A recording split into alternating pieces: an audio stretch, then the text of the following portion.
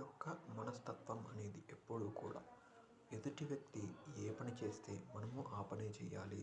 అలాగే ఎదుటి వ్యక్తి ఏ వ్యవహారాన్ని ఆచరిస్తే మనం కూడా అదే వ్యవహారాన్ని ఆచరించాలి అని అనిపిస్తుంది. కానీ ఎదుటి వ్యక్తి ఆచరించే వ్యవహారం అనేది వాళ్ళకు సాధ్యం అయినట్టు ఆ వ్యవహారం మనకు సాధ్యమవుతుందా అనే ఆలోచన ఆ వ్యవహారంలో ఉన్నప్పుడు మనసు మీదకి రాదు.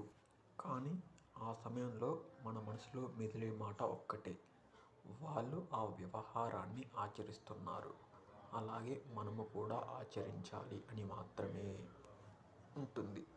మనిషి యొక్క మనస్తత్వం అనేది ఎప్పుడూ కూడా ఎదుటి వ్యక్తి ఏ పని చేస్తే మనము ఆ పనే చేయాలి. అలాగే ఎదుటి వ్యక్తి ఏ వ్యవహారాన్ని ఆచరిస్తే మనం కూడా అదే వ్యవహారాన్ని ఆచరించాలి